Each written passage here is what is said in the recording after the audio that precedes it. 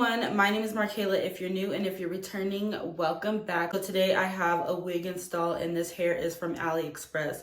All the details will be down below in the description, but if you want to see how I got this look, stay tuned. Before we get started, go ahead and like, comment, subscribe, hit the notification bell, and also follow me on my social medias, and let's get started.